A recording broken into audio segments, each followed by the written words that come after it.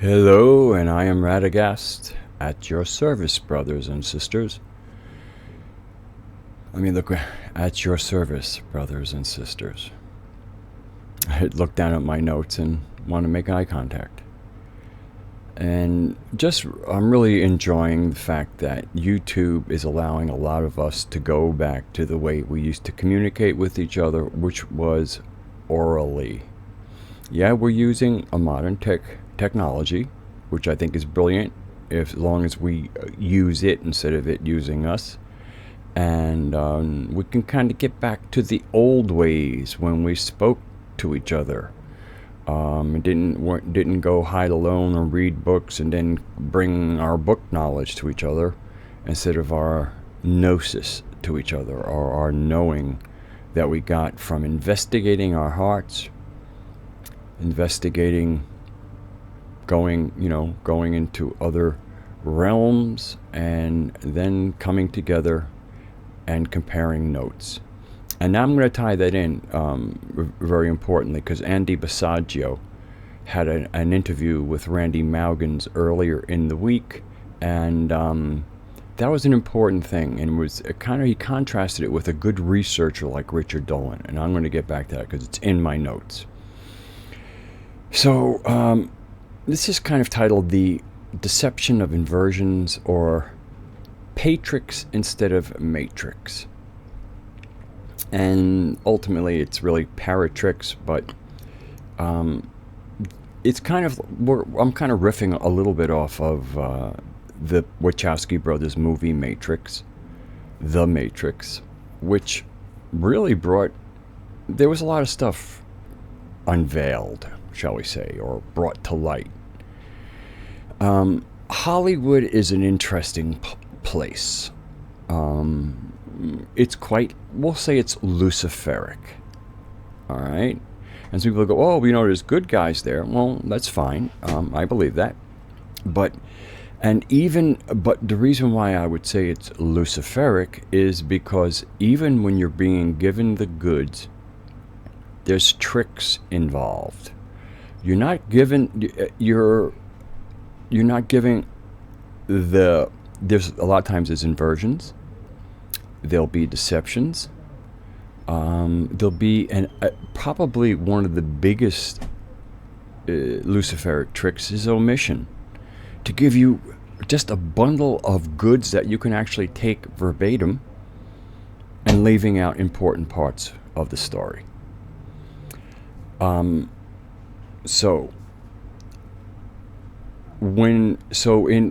are things like, one of the interesting things that Morpheus tells Neo is how, if you recall the movie, if you've seen the movie, Agent Smith can move really, really fast. And Morpheus tells Neo that once he's not of the Matrix, that he can move faster than Smith, because Smith is bound by rules. All right, let that sink in a little bit. And at one point, when before he's kind of gotten to his mastery, and Smith is putting a serious ass whooping on him, and then Neo arises again, and you can see Smith is very frustrated. He's like, "Why do you do this?" And Neo replies, "Because I choose to." So there's a profound thing in there too about free choice. He chooses to rise again and confront the evil. The evil of this system that would enslave us. And the Matrix in itself is a deception. Because in Matrix, what we have is matter, or mother, or nature, Mother Nature. So what is natural? I'm going to try to really not get to... I want to keep my words careful here, to keep it wide. and not be seemingly accusatory of certain things, because I'm not. But the very use of the word matrix, which to me is what is the natural world, the world that we have free choice of, by calling it matrix, we have what I consider to be one of the tricks of a certain system, which is to cast darkness or fault upon the figure of woman. We see it in the Garden of Eden, but we also see it in when the Titans come about, and Gaia helps Kronos castrate Uranus, when there was only, because of the old ways, there was earth and there was sky, and everything derives ultimately first from the sky, and then the creation gets started, and then there's generations from the generations, and we're one of those generations from generations. And of course, when you're being generated by the same spark, the divine spark, there is a complete lineage there, an unbroken lineage. Our divine spark comes from the original source, the Tao, the unknowable, and then the emanations from the unknowable, we start getting into more knowable aspects of it. And so the primary deception is calling the matrix the matrix. It is really, so in many ways we could call it the patrix, because again, once we have the break with the Titans, who assumes rule? Kronos. Now, Uranus wasn't exactly a ruler. Again, this was the kind of the balance of the universe. So the rule really kind of starts with Kronos or Saturn, and so the deception and rules begin. And then we even Pandora's box. Pandora really kind of means all loving. But what happens is Zeus gives her a box of nasties, assuming, and in it he's assuming she will do what she's told not to do, very similar to not eating of the apple. And in this case, there's no man to corrupt like in the Garden of Eden story, but in this case she does something, a woman, does something, and all of the nasties of the world come about. But who put the nasties in the box? Zeus did. All right, so this is some of what I'm talking about, of the deception that is now in the world, and has screwed us up big time psychologically, because without the what I'm referring to is a little bit of like a mind virus, and in this case it's a virus like a software virus, where if we take our wetware or our psychology, and similar to software, and it gets into your operating system, this is the kind of thing that kind of goes in there, and in certain cases it sits in there, and what it is it monitors what the operating system, and that would be you and your psychology, it monitors what the operating system is doing, what's going out and what's coming in, and it has some say about that. And often if anything coming in might threaten the lack of to take the installment out, then it creates behaviors within the operating system to defend itself. Reasonable stuff. Self-defense is quite reasonable. So for me, the first thing is there is much revealed in the Matrix, but like I said, the very first deception is in the name, the Matrix. And even similarly, when you think about, let's think about a regular mother, Okay, let's take this to a regular mother. And let's say she has children with 5 different men. Each one of those men who impregnated her can claim the child that they fathered to be their child. And they'd be correct. But what can the mother do? They're all her children. Right? Anything that came out of her womb is her child. Now, yes, she has obviously had to pair up. There is such a thing as parthenogenesis, but if you know anything about certain mythologies, parthenogenesis doesn't always work out well. And in our cosmic case, it didn't work out well at all, but that's a whole other story. So in here, so again, what we're having is there's nature, and then depending on the contributing DNA, we then will have offspring from the original mother, but whoever puts those coatings in there gets to, now they have their children, but they all belong to the same mother. Now, one of the things that's interesting, and I might have said this, but I'm making this about the Matrix page. This is like a little special thing. And boy, it took me a long time to get myself. I was in such a mystical state, and I want to return to it. And it took me a while to be able to speak coherently. And even writing down these notes was not easy. It was like it was like catching fish with your bare hand in a stream, because everything was moving around. But if you recall, what we have in the Matrix when Neo breaks out is, where is he? He's in a bubble.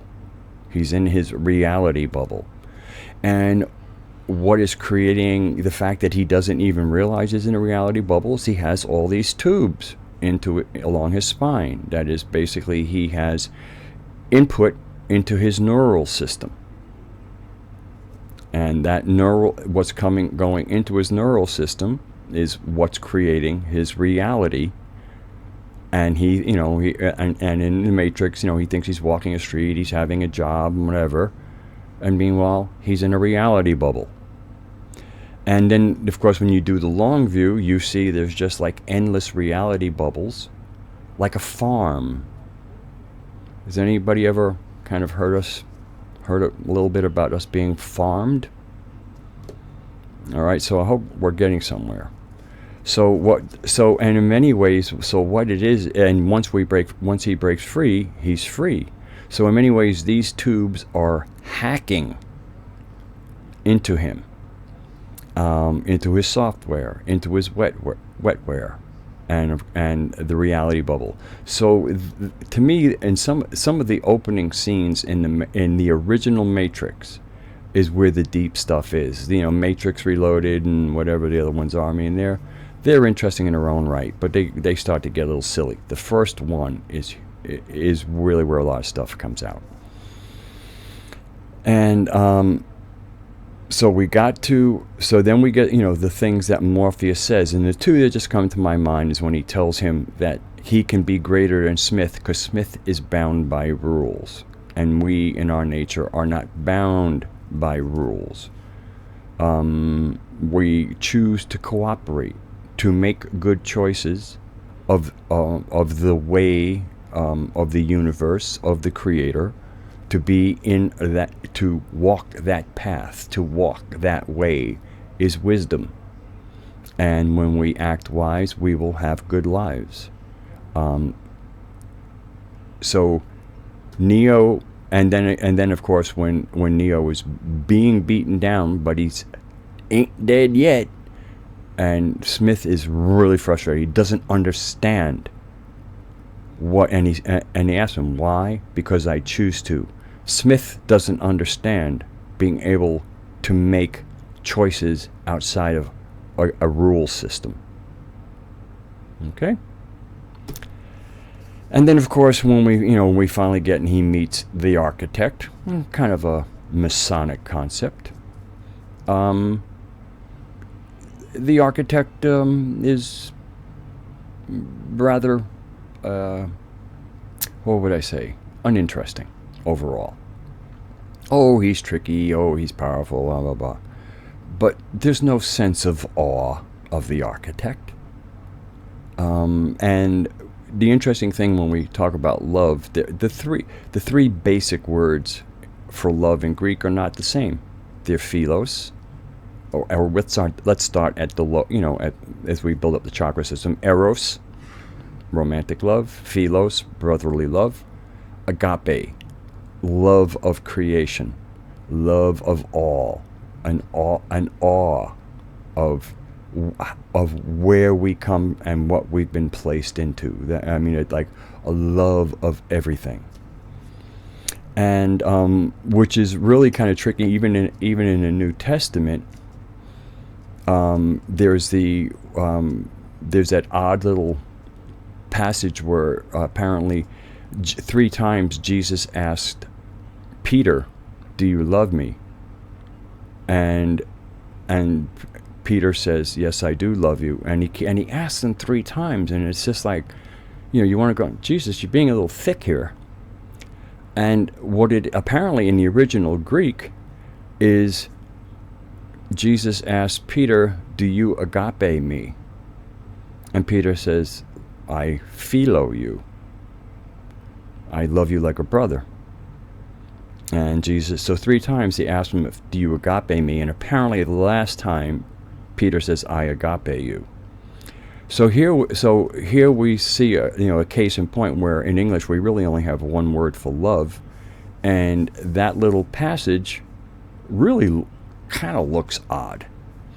But rendered in Greek, if I'm correct about this, but is how I understand it, and when I finally made sense of it, now then we see it. And so I think this is another part of our Anglish or English, and a little almost like a little confusing of the language, a little babble going on here, where there are different ways to express love, and different words, and we're stuck with one, and we need to and then we maybe through inflection or whatever, and obviously inflection isn't done very well in text, which is why oral traditions are so important.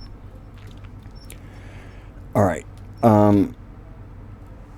Now, kind of segueing into why oral or experiential things are important is in the interview with Randy Maugans and Andy Bassaggio, and I haven't listened to a lot of Andy Bassaggio because sometimes he goes places, but in this case, I couldn't ask for more coherence and also bringing, like, his own personal, like, I was here at this time and I had a DD this, and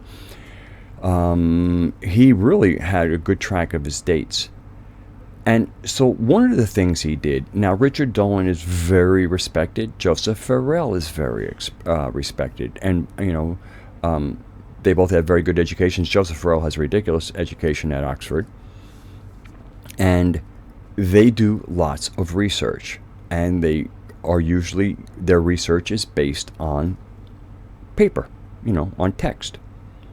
Good text, very well written text. Where what Andy brought up, and this was like my kind of aha, little bit of gnosis in here, and also a case for what the point I'm trying to make here, is Andy said that he met 4 other people who had experienced the jump room that he speaks of, and how they verified it was 4 different people met, shared their experience verbally with each other, and in that sharing of their experience and what they knew, or their own private gnosis about this jump room, they were able to, in other words, there was each one thing's a little bit different, but there was a core piece that was in agreement from all 4 people. And from that, they were able to come to a good, solid piece, what they could consider truthful. And this is something you can't really get so much from paper. Paper can't speak. Text doesn't speak. It's dead.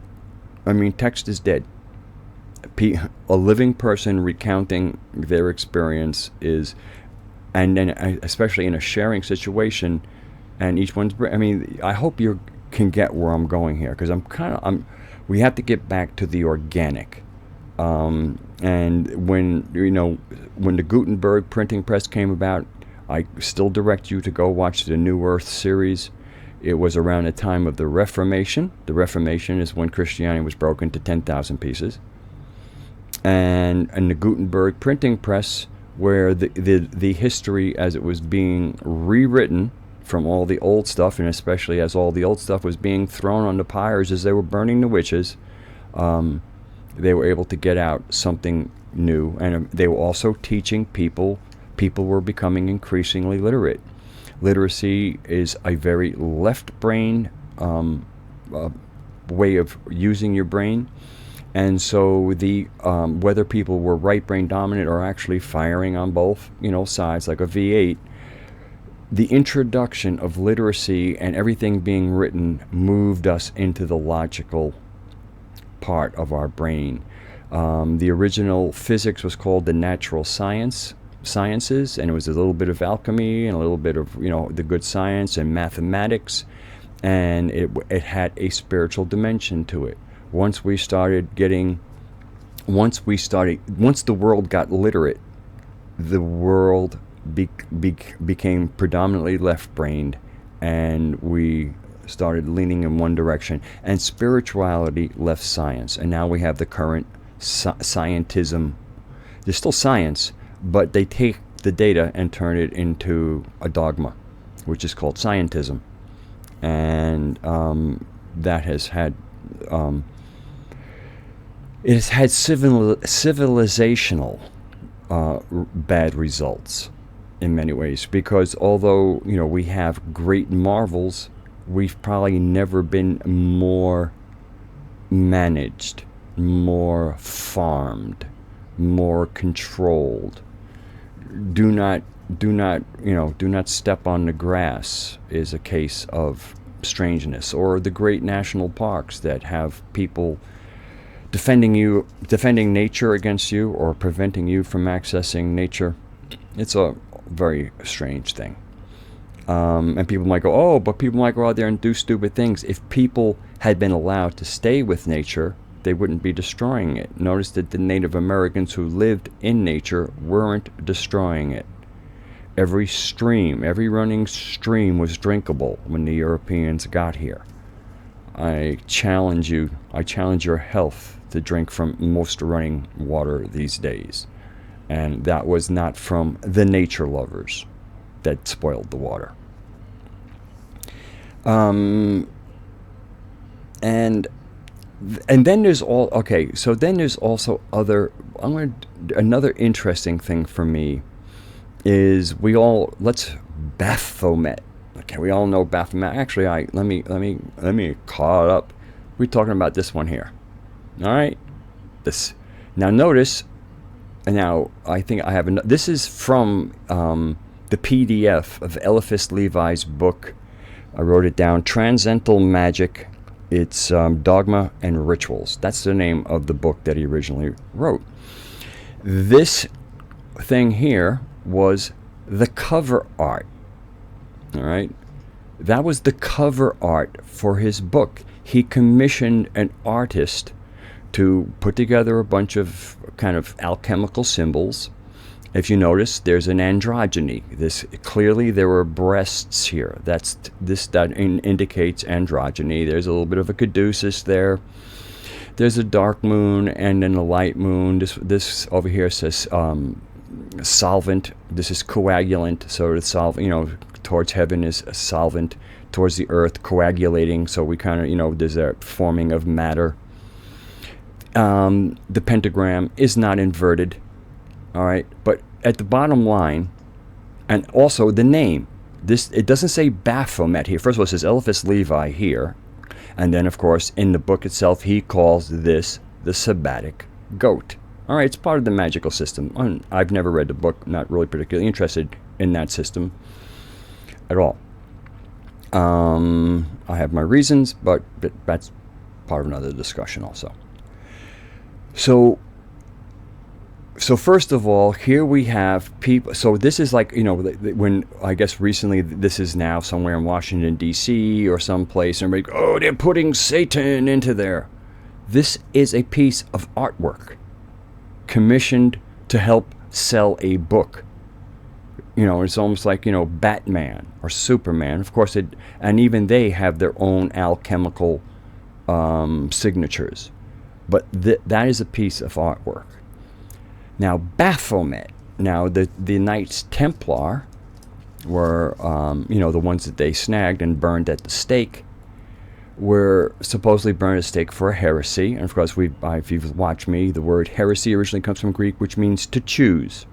Once dogma came about, to choose in a way that was against dogma, because you can't go against dogma once it's established, especially as a state dogma, heresy became synonymous almost like with blasphemy. So to choose in a dogmatic system is a bad thing. Interesting, on when somewhere dancing within all this stuff, free choice is supposedly one of the gifts of the Creator. So anyway, so what the Templars supposedly confessed, and I go, what is this strange God that you worship? And they, under torture, uttered the name Baphomet. Okay, so we find out that they were worshiping something that, at least under torture, the word that they were giving up was the word Baphomet. Well, it turns out that the Templars had a lot of secrets, and they had a code. And they had a way of writing and then applying the code to words, and then you would find out what was really there.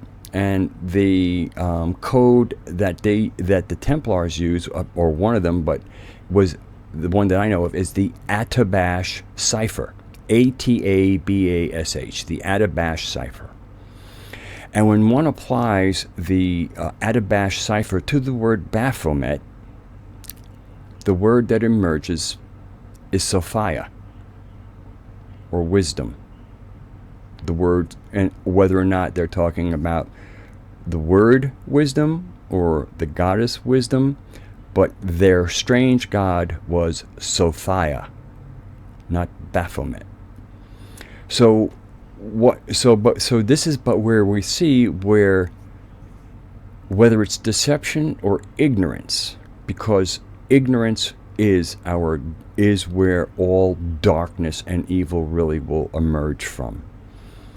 And but for whatever reason, and okay, so I got this here, and I guess maybe I have this one here, okay, but it's a little clearer here. But so over here you can kind of see the Salve Coagula, I think it says there, Eliphas Levi, and again you can see a really clear upright pentagram, and the wings, the breast, blah blah blah. Okay, artwork. Okay, alchemical artwork, something like from the tarot. And I think ultimately that they might have put that in. A.E. Waite might have used something like that in some of the tarot for the devil, but not always. Sometimes it's just an icky looking thing.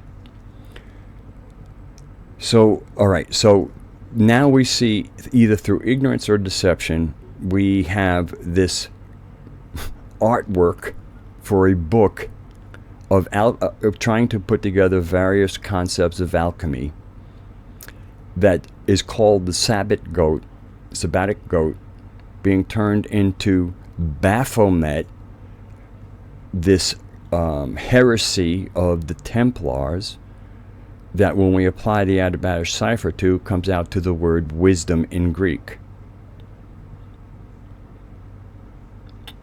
Are you feeling any more informed? And then even, I'm going to close with this last, this one on words, is the word pagan.